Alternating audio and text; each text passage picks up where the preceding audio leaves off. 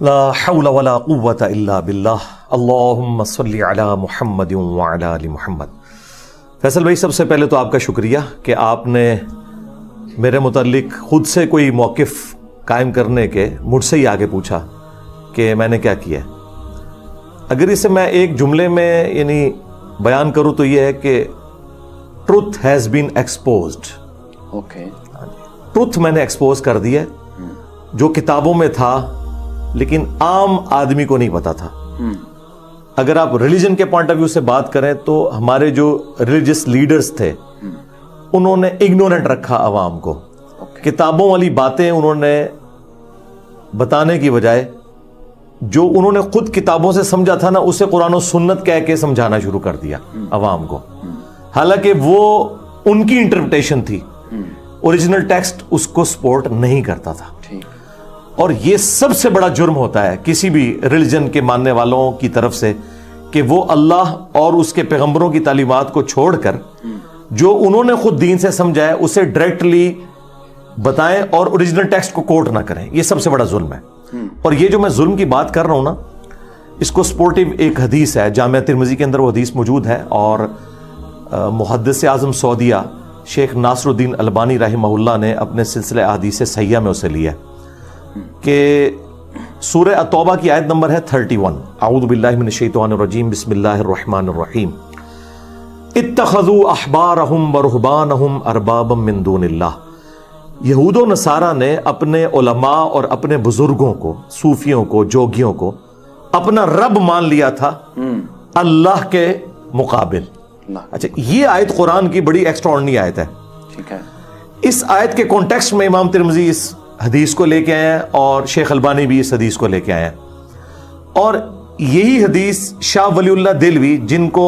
سب continent میں بریلوی، دیوبندی، اہل حدیث تینوں جو سنی ہونے کے دعوے دار ہیں، اپنا مجدد مانتے ہیں، انہوں نے حجت اللہ البالغہ میں تقلید کی جو اس امت میں سب سے بڑی خرابی آئی ہے اسے ہائی لائٹ کرنے کے لیے اسی حدیث کو پریزنٹ کیا کہ عدی بن حاتم رضی اللہ تعالیٰ عنہ، جو حاتم تائی مشہور سخی تھے عرب کے، ان کے بیٹے تھے، وہ بعد میں مسلمان ہو گئے جی، اور وہ صحابی بھی بنے۔ وہ کہتے ہیں میرے گلے میں سلیب لٹکی ہوئی تھی، اس حال میں میں حضور کے پاس پیش ہوا، میں نے اسلام قبول کر لیا، اور میں نے کہا یا رسول اللہ، قرآن میں ایک آیت ہے جو مجھے کھٹکتی ہے، اتخذوا احبارہم ورہبانہم اربابا من دون اللہ، کہ یہود و نصارہ نے اپنے علماء کو اور اپنے بزرگوں کو، صوفیوں کو اپنا رب مان لیا تھا اللہ کے مقابلے پر۔ تو یا رسول اللہ، ہم نے تو کبھی اپنے علماء کی عبادت نہیں کی تھی، نہ اپنے بزرگوں کی کبھی عبادت کی تھی۔ تو آپ نے فرمایا کہ مجھے یہ بتاؤ کہ تم اپنے علماء اور اپنے بزرگوں کے کہنے پر اللہ کی حرام کردہ چیز کو حلال اور حلال کردہ چیز کو حرام نہیں ٹھہرا لیتے تھے بغیر تحقیق کیے کہ وحی میں کیا لکھا ہوا ہے؟ ان کا یا رسول اللہ ایسے ہی تھا۔ فرمایا یہی تو ان کو رب بنانا ہے، یعنی رب بنانا بزرگوں کو یہ ہے کہ آپ یہ دیکھنا ہی چھوڑ دیں کہ قرآن میں کیا لکھا ہے، سنت میں کیا لکھا ہے، وحی میں کیا لکھا ہے، بلکہ آپ علماء کی انٹرپریٹیشن کو وحی اور دین سمجھ کے پھیلانا شروع کر دیں۔ اور اس میں آخری بات جو میں ایڈ کروں اس کو سپورٹیو، سورۃ الاحقاف میں اللہ تعالیٰ نے فرمایا ایتونی بکتاب من قبل ھذا او اثارۃ من علم ان کنتم صادقین۔ اے نبی، اگر یہ آپ سے بحث کریں نا آپ کے مخالفین، تو آپ انہیں کہیں کہ اگر تم میری کتاب قرآن کو نہیں مانتے نا تو اس سے پہلے جتنی کتابیں ہیں نا وہ میرے پاس لے آؤ، یا انبیاء کی وحی میں سے کوئی علم چلتا آ رہا ہو، کوئی سنت کا، حدیث کا، وہ لے آؤ، اپنی کتابوں سے ہی مجھ سے بات کر لو اگر تم سچے ہو۔ یعنی توحید کے حوالے سے جو تم نے شرکی عقائد اپنے